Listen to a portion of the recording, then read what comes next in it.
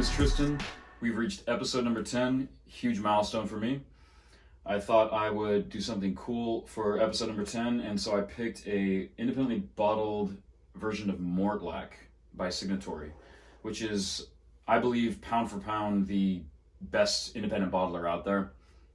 Pound for pound in the quality you get, the accessibility you get, the variety you get. They just do a lot of really, really good stuff. And typically, in context of the value, they have a lot at very good price points. So they're not starting in like the $80 range to $100 range, which a lot of independent bottlers can do, because they'll only bottle stuff that's 15, 20 years old, or mothballed distillers and whatnot. They do very common distilleries that are a lot of the times younger, so it's a good entry level point in terms of an independent bottler to start on. So you don't have to shell out $100 to get something unique. You can get something like this, which I paid for around, I think, $65. So Mortlach, a Speyside distillery known as the Beast of Dufftown. It is something you've probably had but didn't know if you've had Johnny Walker, and a number of other blenders out there have used their stuff over the years. Mortlach, along with Linkwood, Kalila, Kleinlich, a bunch of the Diageo brands are used to make Johnny Walker. Mortlach is one of the lesser known. Their core range is being relaunched, but you would often find them in independently bottled form. So when I saw this 8-year-old aged in a bourbon barrel, I thought, this would be great to buy, and I got this about a year and a half ago. And so I said, why not?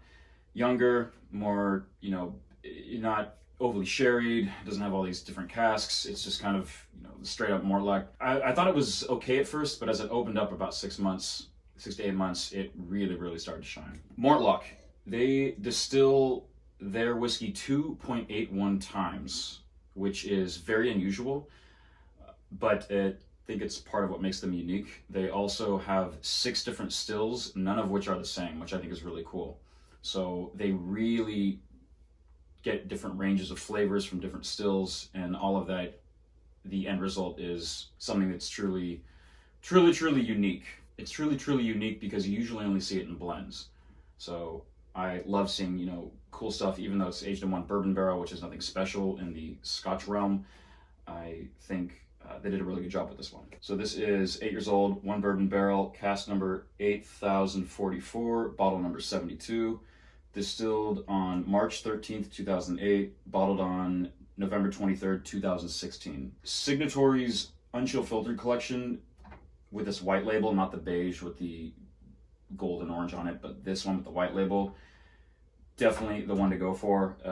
Again, Unchill Filtered collection, so Unchill Filtered, never any coloring, completely transparent about everything, bottled at 46%. It's just really the perfect way to try a single malt. I'm going to be doing a number of the Signatory collection over the coming months, because I have Bunahaven, I have Linkwood, a couple other distilleries, and yeah, real excited to share those with you guys. Let's get into the nose. Mortlach's known as a very meaty malt, very heavy, new make spirit, which is why blenders love it so much. I would compare it to Glenrothes in terms of it just has a very bold, robust signature. Yeah, it's just rich barley, full, rounded on the nose. Really, really nice snap to it. It's just right when you smell it, there's nothing dull about it. It just jumps out of the glass at you. It's very, very expressive. Big bourbon notes. You get all the hallmark vanilla, honeys, banana Laffy Taffy, fresh coconut shavings, coconut cream, honey, heaps of vanilla. Keep coming back to that vanilla, the bourbon notes. New American oak, so you don't get really much char at all. It's just that new, sweet American oak. Fresh barley. Get some dried summer fruits. The citrus of the dried summer fruits will cut through the bourbon notes, but the bourbon notes are kind of not kind of, the bourbon notes are the most dominant part of this. Again, not crazy complex in a plethora of notes, but what it's showing you is really shining from that bourbon barrel and really letting the Mortlach signature come through, which I think is really, really important. The palate.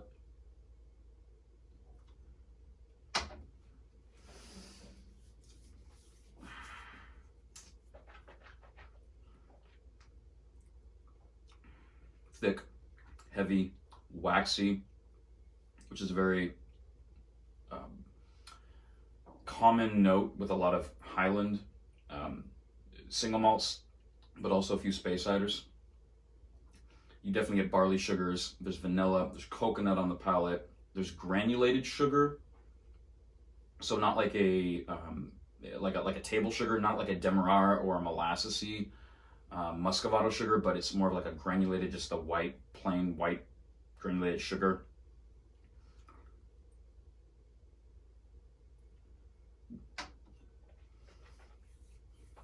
Really nice oils, some lemon oil.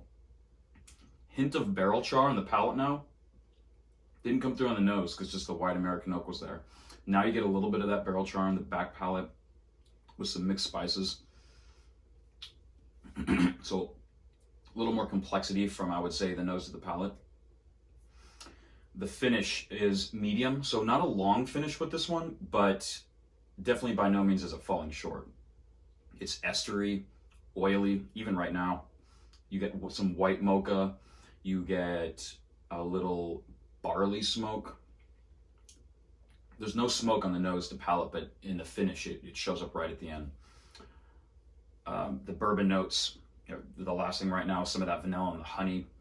Really, really awesome expression here. I mean, I think, again, these are so important, especially in when they're aged in bourbon.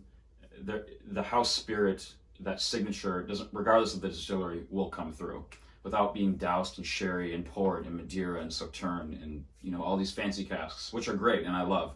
But bourbon is really what helps illustrate how a distillery can truly make beautiful whiskey. I rated this at an 88.5. I would say if it was a little more complex throughout the nose to the finish, that it could have gotten an A, but I think 88.5 is a great rating, especially for this. I mean, 8 years old, so sub 10 years. It just, pound for pound, as an independent bottler, Signatory, they know how to pick these casks. And I think, honestly, the sub 10-year Signatories are some of my favorites I've had. I've had a 7-year-old and a 6-year-old Buna. I've had just a number of them. And I've had some great ones, some 20, 30-year-old plus stuff, but they typically get cast strength in different forms. But this, you know, $65. I mean, that's less than a lot of core range single malts are that are, you know, a little bit older, but don't nearly have this quality. Yeah, I would just definitely keep an eye out for any Mortlachs you ever see. You will see them with a few independent bottlers. They do show up. Diageo is being the #1 holder of, you know, whiskey out of Scotland. They make a lot of stuff. Johnny Walker, there's a lot of Johnny Walker out there. So there's a lot of these distilleries like this and Linkwood, which I'll go into Johnny Walker, that will have barrels that will sell to independent bottlers. So keep your eyes out for them. I've seen a few cool casks they do, port, and some, I've seen a rum barreled Mortlach before. You know, they got a ton of stuff out there, but yeah, Signatory. Anytime you guys see a Signatory lineup, check out the Mortlachs. Do some really, really nice stuff. Cheers.